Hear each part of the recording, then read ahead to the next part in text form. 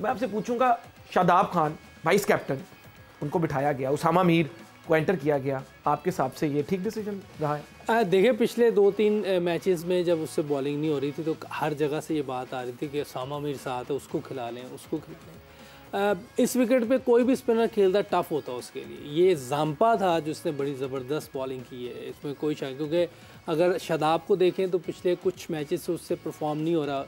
बहुत ज़बरदस्त प्लेयर है हमारा, बहुत मैचेस जितवाए हुए हैं, फील्डर बहुत ज़बरदस्त है, बैटिंग में वो परफॉर्म करता है। बाज़ का आपकी फॉर्म नहीं लगी होती तो फिर टीम देखती है कि यार किसी दूसरे लड़के को चांस दे रहे हैं, तो चांस उन्होंने ठीक दिया है, कोई ऐसा उसमें ये नहीं है कि आपने गलत लड़का खिला दिया, बिल्कुल ठीक खिलाया है। क्योंकि काफ़ी इधर जो हमारे 2 एक्सपर्ट हैं, वो दोनों लेग स्पिनर हैं, मुशी भाई और शाहिद, उन दोनों ने काफ़ी मरतबा ये कहा था कि उसको मौका देना चाहिए, उसको मौका देना चाहिए, उसको मिला। और मेरा नहीं ख्याल कि कोई ऐसी वो है, वो जब उससे कैच ड्रॉप हुआ मैं उस तरह और अंडर प्रेशर चला गया होगा, तो मौका सही दिया, इसमें कोई वो नहीं है कि उसको गलत मौका दिया है। बिल्कुल ठीक है, लेकिन जो भी कैच ड्रॉप किया, लेकिन बड़ा हैवी कैच ड्रॉप किया, तो अल्लाह करे आगे ऐसे कैचेस ड्रॉप ना हो। लेकिन मैं आपकी तरफ आना चाहूँगा, फॉर्मर आप कैप्टन भी रही हैं टीम की, कैप्टनसी का एक हैवी प्रेशर आ जाता है बैट्समैन के ऊपर। मेरा सवाल आप समझ नहीं किस तरफ मैं लेके जा रहा हूँ कि आज भी बाबर उस तरह परफॉर्म नहीं कर सका। क्या ये बैड लक चल रही है आपके हिसाब से, या ये कैप्टनसी का प्रेशर है, या ये वर्ल्ड कप का प्रेशर है? क्या वजह हो रही है कि उस तरह बाबर निकल के नहीं आ रहा? आई थिंक कभी कभी बाबर को हमें स्पेस भी देना चाहिए। अभी वर्ल्ड कप में स्पेस दे दें कि हर महीना करो perform। ऐसे नहीं। अभी जैसे हमारे ओपनर्स खेले ऊपर, अगर इतनी कैलकुलेटिव क्रिकेट खेली तो फिर 70 रन मायने नहीं रखते थे, फिर दोनों को 100 करना चाहिए था। क्योंकि आप अगर मॉडर्न डे पे कैलकुलेटिव क्रिकेट खेलते हो तो फिर जब विकेट गिरती है ना, तो फिर आगे आने वाला फिर एक और गिरती है तो फिर आप पीछे हो जाते हो। ऑलरेडी हमें इतना चेस करना है। आप अगर देखें कि ऊपर के दोनों टॉप ऑर्डर ने, एक ने 2 छक्के मारे, एक ने 10 चौके मारे, अपार्ट फ्रॉम दैट उनकी बॉल्स सेम थी। तो जो डॉट बॉल्स का जो रेशियो था, इनफैक्ट अगर वो उसको सिंगल में भी कन्वर्ट कर लेते, वे एज जब बाबर आया उसकी इंटेंट बहुत अच्छी थी, वो एक अच्छा कैच हो गया। तो जिन्होंने ऊपर खेला, अगर वो श्रीलंका जैसे मैच में एक लॉन्गर इनिंग लगती तो फिर मेरे ख्याल में फ़र्क पड़ जाता है। लेकिन जिन्होंने ज़्यादा बॉलें खेली, I think we should look at their stats. और रिजवान भी फिर आए, इफ्तिखार ने 3 छक्के मारे, लेकिन डॉट बॉल्स फिर भी थी। तो जो स्ट्राइक रोटेशन का जो एलिमेंट था वो भी बहुत इम्पोर्टेंट था। फिर आपको पता है कि मेगा टूर्नामेंट में रन रेट पे बात आती है, ठीक है, तो टेल एंडर्स बेशक फिनिश ना करते, थोड़ा सा क्लोज आप लेके जाते ताकि आपको उससे डेंट पड़ता नहीं। हमने बिल्कुल एंड में ब्रेनलेस हिटिंग की which didn't make sense. Yes, Babar will fail, he is playing well, अच्छी knock, I hope next game में आए, ज़्यादा देर ना कर दे, बट जिस तरह वो खेल रहा है अच्छी नॉक आएगी इंशाल्लाह आएगी। और मैं फ़ैन की तरफ जाना चाहूँगा, क्योंकि मुल्क पूरा ही बाबर का शिदाई है, rightly so, he is a world class player. तो एज अ फैन आपके क्या थॉट्स हैं कि आज भी आपके फेवरेट बाबर आजम नहीं चल? मैं समझता हूँ, पता है, फियर ऑफ फेलियर बड़ी ख़तरनाक चीज़ है। अभी fear of failure as a captain भी है और एज ए बैट्समैन भी है। और जब अपने अराउंड डिसीजंस देखो ना, I think is made some mistakes. I am big fan.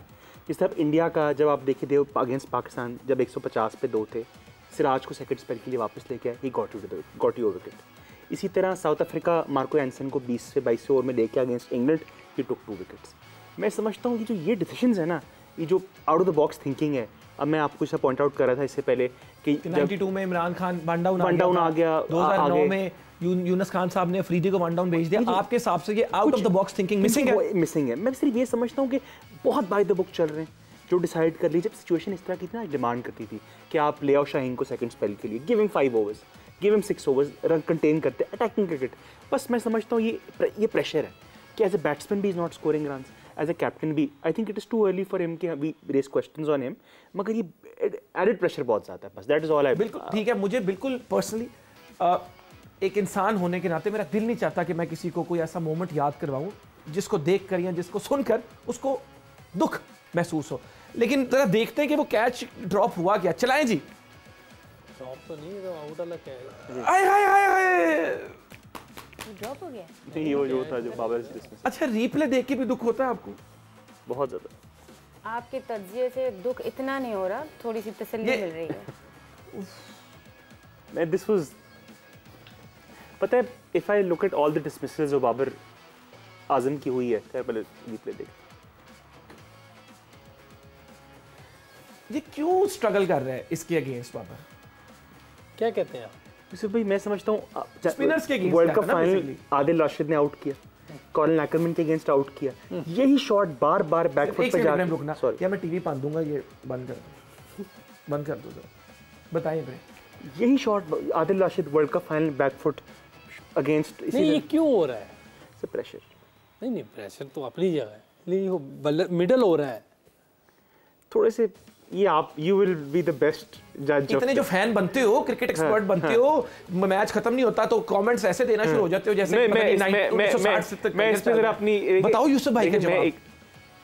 मैं समझता हूँ कि थोड़ा बॉल स्किट कर गया, बॉल भी अच्छी थी, थोड़ी लेवरेज दे के बॉल अच्छी थी। बॉल मैं तो समझता हूँ कि थोड़ा स्किट, जैम्पा को इस तरह कोई और स्पिनर होता ना, may be someone like Adil Rashid, थोड़ा जरा एयर वाला बॉल होता तो आज मे बी ये शॉट रेलेवेंट थी, मगर टू जैम्पा जो कि बॉल स्किड होती है, थोड़ा सा बैकफुट पे जाके पुल करना। हाँ, या टेनिस बॉल होता है या हॉकी का बॉल होता है, ये बातें हो नहीं, मैं देखिए वो टेक्निकल एनालिसिस आपके साथ किया। मैं पूछना चाहूंगा यूसुफ भाई, अब इतनी इंपॉर्टेंट डिफीट के बाद अब किस तरह ये टीम रीग्रुप करेगी? यही सवाल मैंने पिछले मैच में देखिए, करना तो पड़ेगा, ये तो प्रोफेशनल है और काफ़ी अरसे से यही टीम खेली, कॉम्बिनेशन रही है और आपके जो जितना भी कोचिंग स्टाफ है बहुत पुराना है और मिकी आर्थर बहुत पुराना कोच है, काफ़ी टीमों की कोचिंग कर चुका है और मेरा ख्याल है कि सारे रीग्रुप होंगे और अभी ऐसा कोई टूर्नामेंट हाथ से नहीं निकला हुआ।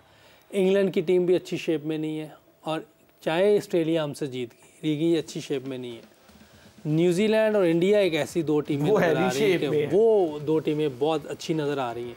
बाकी साउथ अफ्रीका जो उस दिन प्रेशर पड़ा है वो भी हिल गए हैं, तो चांस हमारे अभी भी हैं सेमीफाइनल में आने के। अब देखना ये है कि हम आगे किस तरह की क्रिकेट खेल रहे हैं। एक दो चीज़ें इन्होंने बड़ी अच्छी बोली हैं कि फेलियर का हमारे किसी भी प्लेयर, चाहे इनकी बात नहीं हो रही, कोई भी किसी भी फील्ड में आप फेलियर लेके उतरेंगे ना तो आप परफॉर्म नहीं कर सकते। ये डरना ही नहीं कि मैं आउट हो जाऊंगा या मैं मैच हार जाऊंगा। ये मैं इधर बैठ के बात कर रहा हूँ, मेरे लिए बड़ी आसान है, लेकिन हमें करना यही पड़ेगा क्योंकि मैं इस प्रोसेस से हम गुजरे हुए हैं। हमारे अंदर भी आ सकता था, आता था, लेकिन हमने उसको कम करना है। ये आएंगी चीज़ें, लेकिन एज ए प्रोफेशनल हमें इनसे छुटकारा करना है, हमने जीतना है और फेलियर को नहीं लेके जाना।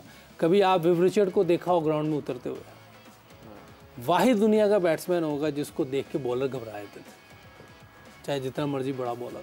वो फेलियर का डर ही नहीं होता था, फियर नहीं था उनके, कुछ भी नहीं, ना बॉलर का ना आउट होने का। वो अपने जोन में होते थे कि मैं देख लूंगा। किंग सर, ऐसे थोड़ी किंग, पूरी दुनिया किंग कहती थी और वाकई किंग था वो, ऑल टाइम किंग था वो, किसी एरा का किंग नहीं था वो, ऑल टाइम किंग था। और ऐसे जो बड़े प्लेयर होते हैं वो अपना जब अंदर आते हैं पता चलता है उनको। और मेरा ख्याल है कि अगर मैं भी हूँ, कोई भी हो, अगर हम फेलियर लेके अंदर आएंगे तो मुश्किल होगी।